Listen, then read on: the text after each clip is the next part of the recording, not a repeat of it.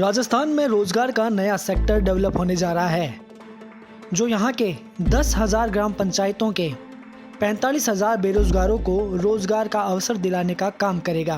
प्रदेश के युवकों के लिए ये बीड़ा उठाया है बीकानेर की वेटरनरी यूनिवर्सिटी और राजस्थान गौ सेवा परिषद ने, जो इन युवकों को गोबर से उच्च क्वालिटी की खाद और गौमूत्र से कीट नियंत्रक बनाने की ट्रेनिंग देगी, जिसके बाद ये युवा इस नए सेक्टर में अच्छी खासी इनकम जनरेट कर सकते हैं।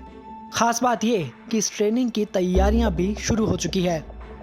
राजस्थान पशु चिकित्सा और पशु विज्ञान विश्वविद्यालय और राजस्थान गौ सेवा परिषद के बीच MOU के तहत इसके लिए राज्य के 3 वेटनरी कॉलेज, 7 पशु अनुसंधान केंद्र, 14 पशु विज्ञान केंद्र और कई गौशालाओं को ट्रेनिंग सेंटर्स बनाया गया है। इन सेंटर्स पर ट्रेनिंग फैसिलिटीज जुटाई जा रही है। गौशालाओं में डेमो तैयार किए जा रहे हैं। विश्वविद्यालय ने इसके लिए राज्य सरकार को बजट प्रावधान भी भेजा है। इस ट्रेनिंग में रुचि रखने वाले युवा या गोपालक विश्वविद्यालय के प्रसार निदेशक प्रोफेसर राजेश कुमार धूड़िया से संपर्क कर ट्रेनिंग का रजिस्ट्रेशन करवा सकते हैं।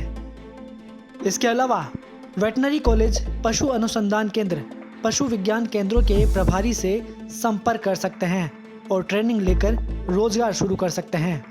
प्रसार निदेशक राजू वास की तरफ से इसकी ऑनलाइन ट्रेनिंग भी दी जाएगी।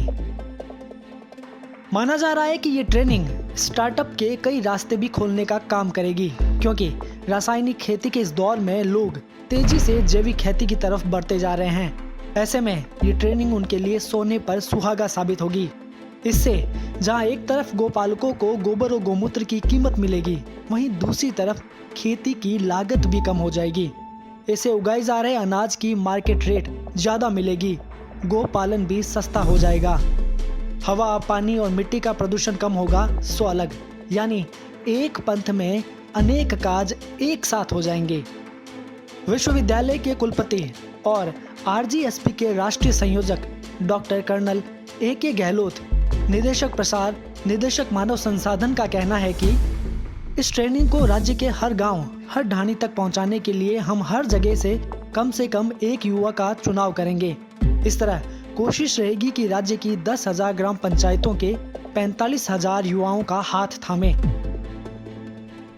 उन्हें बेहतरीन ट्रेनिंग दिलाएंगे और उच्च क्वालिटी की खाद और कीट नियंत्रक बनाकर बेचने में उनकी मदद भी करेंगे। चूँकि इसी साल से ये ट्रेनिंग शुरू की जाएगी, इसलिए हमने इन सभी आयामों पर काम करना भी शुरू कर दिया है। कुल मिलाकर ये ट्रेनिंग सूबे की तस्वीर और तदबीर दोनों बदल सकती है, जिसमें सरकार का सहयोग भी अपेक्षित रहेगा। राज्य सरकार का कृषि विभाग राष्ट्रीय कृषि विकास योजना में परंपरागत खेती में गोबर खाद और गौमूत्र से कीट नियंत्रक के उत्पादन को बढ़ावा देकर इन युवाओं को संबल दे सकता है।